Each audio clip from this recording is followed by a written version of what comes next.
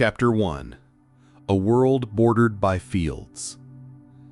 Lars's world was at once immense and infinitesimally small. Its borders were the dark wall of the Whisperwood to the north, the sun-drenched ribbon of the river to the south, the Lord's castle on the hill to the east, and his father's last field to the west. Lars was 8 years old. He knew every stone on the path to the well, every dip in the packed earth floor of their hut, every single creak of the wooden door. He was a plowman's son, just like his father Bjorn and his grandfather before him, whose name had already faded from memory. All that was left was a notch on the wooden cross by the small village church. Their lives flowed to a rhythm set not by a king or a baron, but by the sun, the rain, and the turning of the seasons. Spring arrived with the smell of thawed earth. The cries of the first returning birds filled the air. It was a time of hard labor. Bjorn, a tall, silent man, with hands like the roots of an old oak, would lead their only ox out to the field. Lars walked alongside, his small bare feet sinking into the cold, damp soil. His older brother Eric, already 14, followed their father, helping to guide the heavy wooden plow. Eric saw himself as a man and looked down on Lars. But sometimes, when their father wasn't looking, he'd wink or toss him a funny-shaped root that looked like a little person. Summer was a time of growth. The days grew long and hot. Lars helped his mother Anna in the garden. Anna knew all the herbs, some for stew, others for a cough, and a few, as she would whisper, to ward off evil spirits.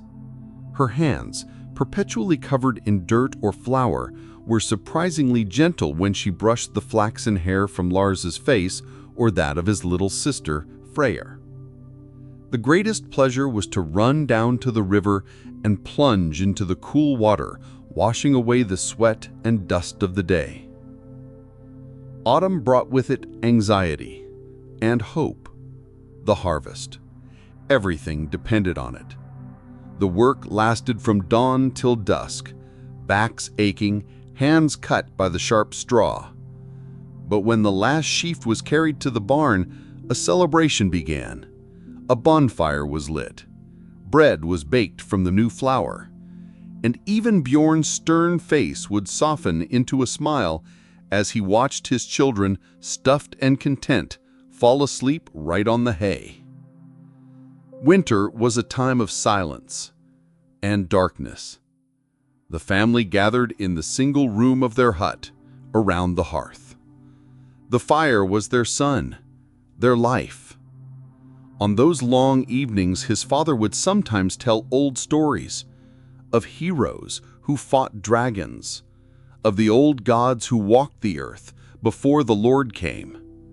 Lars listened, holding his breath. His world was simple. There was work to be done, a family to love. There was God and the Baron to be feared. The Baron, Sir Ulrich, was close in his stone castle. Every few months his steward would ride into the village to collect taxes. The peasants bowed, they remained silent, and they hated him. Lars saw his father's fists clench, but Bjorn's face remained a stone mask. He once told Lars, his voice low and steady, "This is the way of things, son. We are the roots, the Baron is the trunk. The roots must feed the trunk so the tree does not fall." Lars didn't fully understand, but he felt the injustice of it. He would look at the castle on the hill. It was another life, one he couldn't even begin to imagine. But these dreams were as fleeting as clouds in a summer sky. His reality smelled of smoke, manure, and freshly baked bread.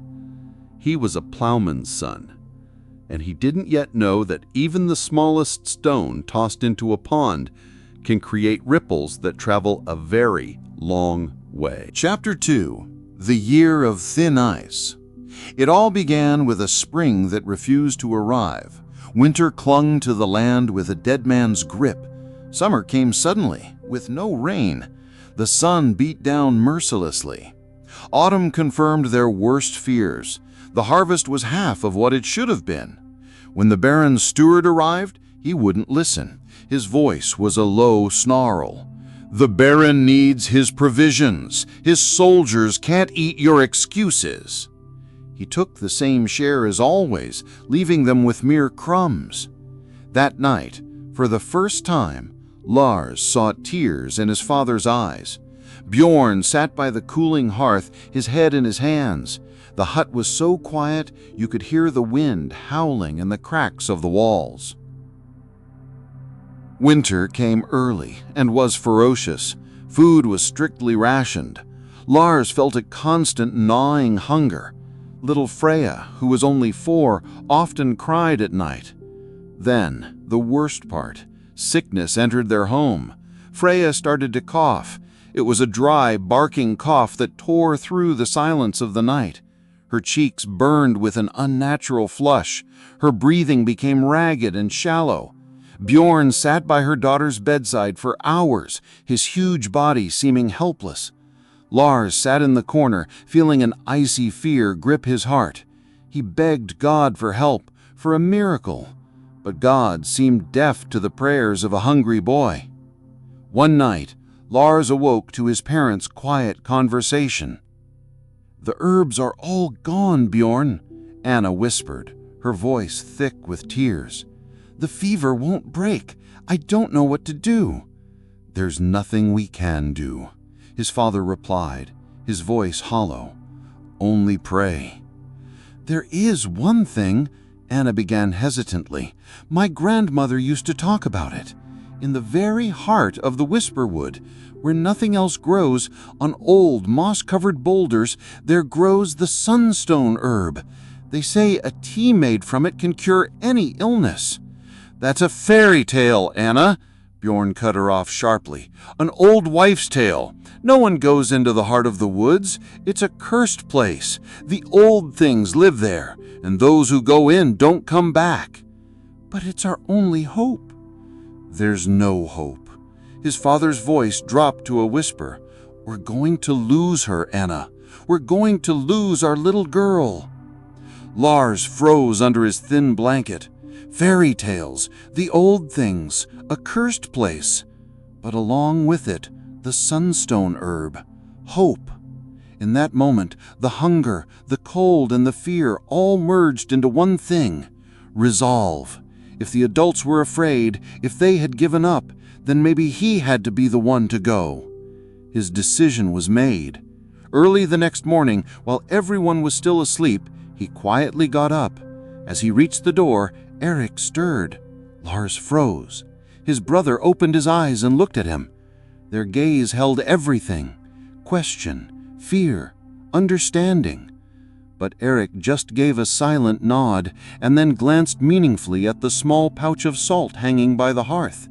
The old folks said salt kept evil spirits away. Lars quickly poured a pinch of salt into his pocket, gave his brother a grateful look, and slipped out the door. The cold morning air stung his face. Ahead, like a black wall, stood the Whisper Wood. Chapter 3. In the Heart of Darkness. The Whisper Wood met Lars with a hostile silence. Each step echoed loudly. It felt to Lars as if the entire forest was watching him. The deeper he went, the thicker the trees became. The darker and more mysterious the forest grew. He remembered his mother's words. On old moss-covered boulders. Stones. He had to look for stones. But everything was covered in snow. The forest truly did whisper. The wind moaned. Dry branches creaked. Sometimes he thought he heard footsteps behind him. He would spin around, but see only trees and snow. Fear began to eat away at his resolve. He tripped on a root and fell face first into the snow. Lying there, exhausted and frozen, he was ready to run back. But then he remembered his sister's cough again. He couldn't go back empty-handed. He forced himself to get up. He noticed the terrain was changing, leading him into a deep ravine. The wind died down. The silence became oppressive, unnatural. It was here, his heart told him, that the place might be. He began to dig through the snow. His hands were frozen and red, but he stubbornly continued. Snow, more snow, frozen earth, and then his fingers brushed against something hard and rough. A stone. Hope gave him strength. He found a whole scattering of giant boulders. He began to inspect each one. Moss, lichen, more moss. No herb. The sun began to sink. Night would soon fall. To be in the forest at night was a death sentence. Despair washed over him. He was so close, he could feel it, but he found nothing. He sat on one of the stones, ready to give up, and then his gaze fell on something. On one of the boulders, the moss was strangely patchy. He moved closer. In those patches, barely pushing through, were tiny, almost black leaves, no bigger than a fingernail. No light, no miracle, just small, unremarkable sprouts. He remembered another detail. The herb has no power in the light of day. It gives all its essence to the night. Could this be it? He carefully dug up a few sprouts and wrapped them in a piece of cloth. Now he had to get back. But how? He was lost. Panic rose in his throat. And then he saw them. The tracks. His own tracks leading into the ravine. Salvation! He scrambled to follow them, rushing, stumbling, falling, and getting up again. He no longer heard the whispers of the forest. He heard only the pounding of his own heart. When he finally climbed out of the ravine, it was nearly dark. But ahead, through the trees, he saw something that made his heart stop with joy and relief. Far, far away, a tiny spark flickered. A fire in a hearth. The fire in his home. Chapter 4. The Return and the Dawn. The journey home was torture. The small light was his beacon. When he stumbled out of the forest, his strength gave out. He fell to his knees. The door of the hut flew open. It was Eric. He ran to Lars and lifted him into his arms. "You're alive," he whispered, his voice holding only relief. "You're alive." Inside, his parents surrounded him. Bjorn silently placed a heavy hand on his shoulder, a gesture that conveyed a vast, unspoken gratitude. "I found it," Lars rasped, uncurling his frozen fingers. "I think this is it." Anna took the cloth with trembling hands. "It smells of earth and frost," she whispered. "May the Lord help us." She wasted no time. She crushed the herb, made a brew, and cooled it. Spoonful by spoonful, she began to pour it into Freya's mouth. The girl was delirious. She didn't respond. A tense silence fell over the hut. Lars was fed and put to bed. He fell into a heavy, troubled sleep. He woke in the middle of the night to silence. The kind of oppressive silence that comes when a familiar sound suddenly stops. He sat up. He listened. The coughing. Freya's coughing had stopped. He crawled to her cot. He touched her sister's forehead. It was damp, but no longer burning. The fever had broken. Freya was breathing evenly, deeply. Tears of joy streamed down his cheeks, silent, hot tears. He had saved her. A small, frightened boy had gone into a terrible forest and saved his sister. In the morning, when Freya opened her eyes and asked for food, a quiet joy filled the hut. Anna was crying and laughing at the same time. Bjorn walked over to Lars. He looked him in the eyes, not as a child, but as an equal, and said just one word: "Thank you." That word was worth more than gold. Eric came to him later when they were alone. He silently handed Lars a small wooden bird he had carved. He spoke quietly, not looking at his brother. "You're braver than I am. I wouldn't have gone." From that day on, everything changed. Something new had been born in their family, a strengthened hope and pride.